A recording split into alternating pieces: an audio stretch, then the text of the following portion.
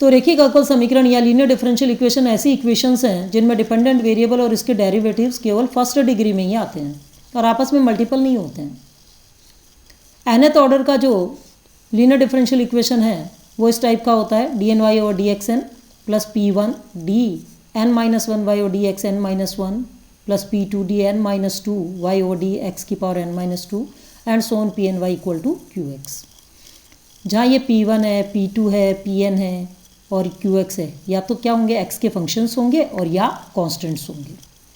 यदि P one, P two, P three, P N constants हों तो हम जो ये डिफरेंशियल इक्वेशन डिस्कस कर रहे थे ये क्या कहलाती है? ये रेखिक अवकल समीकरण कहलाता है किसका? अचर गुणांकों वाला, कांस्टेंट कोफिशिएंट, जिसको कि हम लोग डिस्कस कर रहे हैं इस चैप्टर में, linear differential equation with constant coefficients. यानी यदि ये P1, P2, P3, Pn है ये कांस्टेंट आ जाए तो ये जो डिफरेंशियल इक्वेशन है ये क्या बन जाता है? Linear differential equation with constant coefficient बन जाता है। तो इसकी जगह हम लोग कांस्टेंट ले लें तो डी एन, यह एन होगा, ये मिसप्रिंट है two, D n y over D x n plus A one D N minus one y o d x n minus one plus A two D N minus two y o d x n minus two and so on A n. जहाँ p one, P two, P three, P n था वहाँ क्या कर दिया हम लोगों ने? A one, a two, a three, a N equal to Q X. अब देखिए ऑपरेटर क्या है? Capital D. Capital D N का मतलब D N over D x N. तो इसकी जगह हम लोगों ने ऑपरेटर फॉर्म काम में ली, डी की power N plus A one D N minus one plus A two D N minus two and so on A N operate on Y. किसके साथ ऑपरेट कर रहे हैं हम लोग? वाई के साथ, इक्वल टू क्यू एक्स। यानी डिफरेंशियल इक्वेशन अपना क्या बन गया? F D Y equal to Q X. F D Y equal to Q x. जहाँ एफ डी क्या है? फंक्शन ऑफ डी क्या है? डी एन है, a one D N minus one, a two D N minus two and so on A n. यहाँ d क्या कहलाता है? डिफरेंशियल ऑपरेटर कहलाता है। अब हम लोगों को क्या निकालना है? जनरल सॉल्यूशन निकालना है लीनियर डिफरेंशियल इक्वेशन का। तो जनरल सॉल्यूशन जो होता है लीनियर डिफरेंशियल इक्वेशन का, जो कि हम लोगों के पास nth ऑर्डर का है, जनरल सॉल्यूशन होता है complementary function plus particular integral के बराबर होता है, जिसको हम लोग नोटेशन फॉर्म में लिखते हैं C F plus P I. Complementary function C F और पर्टिकुलर इंटीग्रल पी आई, यानी पूरक फलन प्लस विशिष्टन। तो हम लोग पहले आज के टॉपिक में हम लोग कॉम्प्लीमेंट्री फंक्शन को डिस्कस करेंगे। कॉम्प्लीमेंट्री फंक्शन या पूरक फलन क्या है? पूरक फलन क्या है? तो कॉम्प्लीमेंट्री फंक्शन पढ़ने से पहले हम लोग ऑक्सिलरी इक्वेशन के बारे में बात करें। ऑक्सिलरी इक्वेशन क्या है? किसी भी डिफरेंशियल इक्वेशन को, जो कि अभी हम लोगों ने देखा कि F D Y equal to zero, तो जो इक्वेशन थी ये इक्वेशन थी F D Y equal to zero. इसको हमने क्या दे दिया? Equation number one. मान लेते हैं कि इसका एक सॉल्यूशन ई की पावर एम एक्स है, तब इस इक्वेशन में वाई इक्वल टू ई की पावर एम एक्स यदि सब्सटीट्यूट किया जाए तो first differentiation of y, y equal to ई की power m x, first differentiation क्या होगा? एम ई की पावर एम एक्स, तो एम ई की power m x. Second differentiation क्या हो जाएगा? एम स्क्वायर ई की power m x. nth differentiation क्या हो जाएगा? एम की पावर एन ई की पावर एम एक्स। तो ये जो अपने पास डिफरेंशियल इक्वेशन थी फर्स्ट वाली, ये इस फॉर्म में कन्वर्ट हो गई, एम की power n, a one m की power n minus one, a two m की power n minus two and so on A n e की power m x equal to zero. अब देखिए a dot b equal to zero, या तो a equal to zero या b equal to zero, but e की power m x not equal to zero, क्योंकि ये तो वाई की वैल्यू है। इसका मतलब क्या हुआ? जो रिमेनिंग टर्म है वो ज़ीरो। तो रिमेनिंग टर्म का मतलब क्या हुआ? अपने पास ये टर्म है वो ज़ीरो के इक्वल है, यानी फंक्शन ऑफ एम है वो ज़ीरो के इक्वल है। इसको हमने दिया इक्वेशन नंबर टू। तो ये जो इक्वेशन नंबर टू है ये क्या कहलाती है? इक्वेशन नंबर वन की ऑक्सिलरी इक्वेशन या सहायक समीकरण कहलाता है। तो किसी भी डिफरेंशियल इक्वेशन को सॉल्व करने के लिए हम लोगों को सबसे पहले क्या करना चाहिए? उसकी ऑपरेटर फॉर्म कन्वर्ट करनी होती है। ऑपरेटर फॉर्म में लिखने के बाद हम लोग क्या करते हैं? इसकी ऑक्सिलरी इक्वेशन लिखते हैं। तो अभी हम लोगों ने किसी भी डिफरेंशियल इक्वेशन की ऑक्सिलरी इक्वेशन लिखनी सीखी है। अब हम लोग कंडीशंस के बारे में बात करें। कंडीशंस कैसे बनेंगी? एक्चुअल में क्या होता है कि जब ऑपरेटर फॉर्म आती है उसके बाद हम ऑक्सिलरी इक्वेशन लिखते हैं तो हम लोगों के पास क्या होता है कि फैक्टर करने होते हैं ताकि एम की वैल्यूज़ निकल आएँ। जब उन इक्वेशंस को सॉल्व करके हम लोग फैक्टर करके वैल्यूज़ निकालते हैं तो एम की वैल्यूज़ क्या क्या आ सकती हैं, यानी वो रूट्स होते हैं जिनको मूल कहते हैं, ये क्या क्या हो सकते हैं। तो पहली जो कंडीशन है वो क्या है कि जब ऑक्सिलरी इक्वेशन के सारे रूट्स हैं वो रियल हों और डिस्टिंक्ट हों, सहायक समीकरण के सारे मूल वास्तविक और अलग अलग हों। मान लो कि ऑक्सिलरी इक्वेशन है F M equal to zero, इसके सारे जो रूट्स हैं वो अलग अलग हैं और उनकी वैल्यूज़ है m1, m2, m3, mn। तो इस कंडीशन में इनका जनरल सॉल्यूशन क्या होगा, y equal to c1 e की power m1x plus c2 e की power m2x and so on cn e की पावर mnx होगा, जहाँ c1 c2 c3 cn ये क्या है, आर्बिट्री कॉन्स्टेंट्स है।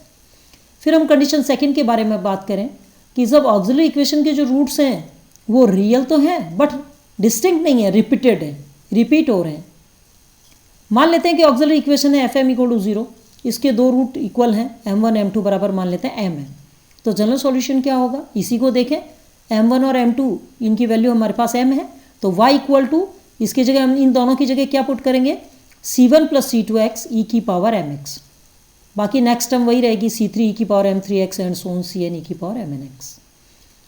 यहाँ पे दो मूल सेम थे, अब मान लेते हैं कि तीन रूट इक्वल आ रहे हैं m1 m2 m3 बराबर m, तीनों सेम है और तीनों की वैल्यू क्या है, m के बराबर है। तो अब देखिए ये CF किस तरह कन्वर्ट हो जाएगा, y equal to c1 plus c2x plus c3x square e की पावर mx, क्योंकि हमारे पास तीन रूट थे तो तीन कॉन्स्टेंट्स आएंगे इसमें, यहाँ दो रूट सेम थे तो दो कॉन्स्टेंट्स थे, यहाँ तीन रूट सेम है, ई की पावर mx, नेक्स्ट टर्म हो जाएगी c4 ई की power m4x and so on cn ई की पावर mnx। अब हम लोग कंडीशन थर्ड के बारे में बात करें, जब ऑक्सिलरी इक्वेशन के जो रूट्स हैं वो रियल नहीं हैं, वो क्या हैं, वो इमेजिनरी हैं या कॉम्प्लेक्स रूट्स हैं। तो यदि auxiliary equation fm equal to 0 की रूट कॉम्प्लेक्स फॉर्म में हो, यानी alpha plus minus iota beta, alpha plus minus iota beta, हम जानते हैं कि इमेजिनरी रूट जो हैं उसमें दोनों साइन होते हैं प्लस और माइनस, तो alpha plus minus iota beta.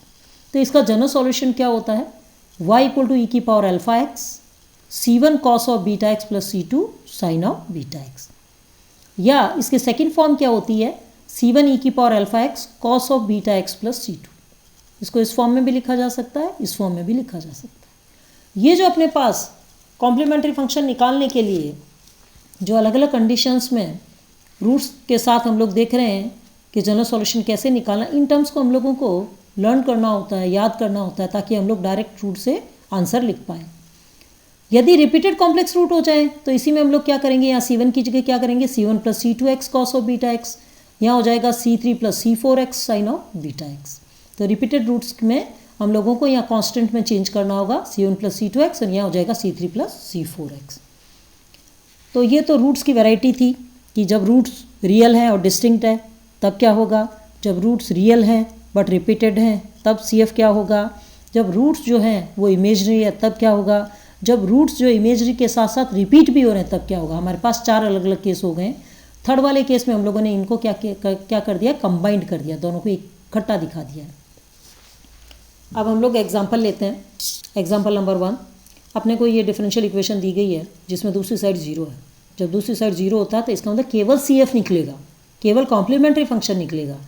तो सबसे पहला काम क्या होता है, हम लोग ऑपरेटर फॉर्म में कन्वर्ट करना चाहते हैं तो हम लोग पुट क्या करेंगे, capital D equal to D upon dx।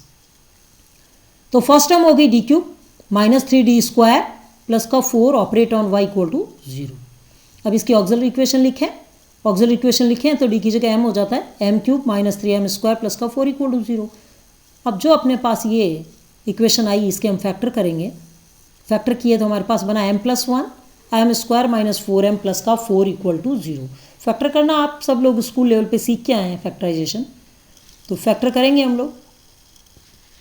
Factor करने के बाद इनकी वैल्यू निकालें तो देखिए ये क्वाड्रेटिक है, इसको फिर सॉल्व करें, m-2 का होल स्क्वायर इक्वल टू 0। तो m इक्वल टू रूट्स अपने पास क्या बन गए, -1 2 और 2।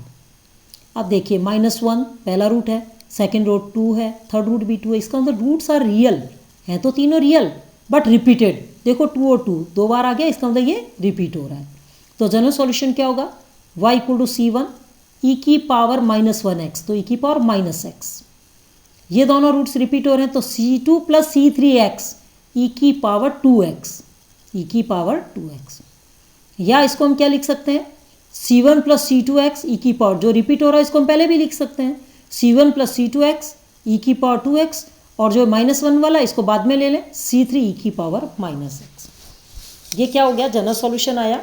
और जनरल सॉल्यूशन आया, जनरल सॉल्यूशन तो complementary function plus particular integral के बराबर होता है, पर चूंकि जो हम लोगों के पास डिफरेंशियल इक्वेशन है उसकी राइट हैंड साइड में टर्म क्या आ रहा है, जीरो आ रहा है, इसका मतलब केवल सी एफ निकलेगा, केवल कॉम्प्लीमेंट्री फंक्शन निकलेगा और वही कॉम्प्लीमेंट्री फंक्शन जो है इसका कंप्लीट जनरल सॉल्यूशन होगा।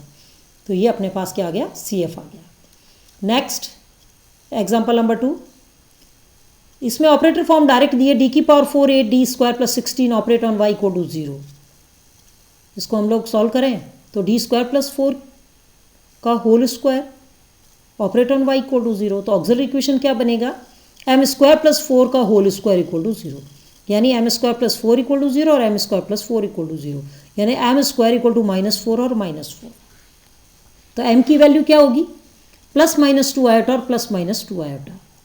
अब देखिए ये जो दोनों रूट हैं ये क्या है, इमेजिनरी, दोनों रूट कॉम्प्लेक्स रूट हैं और रिपीट भी हो रहे हैं, इमेजिनरी के साथ साथ रिपीट भी हो रहे हैं। तो जनरल सॉल्यूशन क्या होगा इसका, सी एफ क्या होगा, देखिए अल्फा ± आयोटा बीटा, तो यहाँ अल्फा की वैल्यू क्या है, 0 है और बीटा की वैल्यू क्या है, 2 है। तो ई की पावर अल्फा एक्स, अल्फा की जगह 0, तो ई की power 0x, C1 + C2x cos of beta, beta X यानी 2x, C3 + C4x sine of beta X यानी साइन ऑफ 2x। तो ई की पावर 0x क्या होता है, 1। तो जनरल सॉल्यूशन या सी एफ क्या बनेगा, y = C1 + C2x cos of 2x plus C3 + C4x sine x।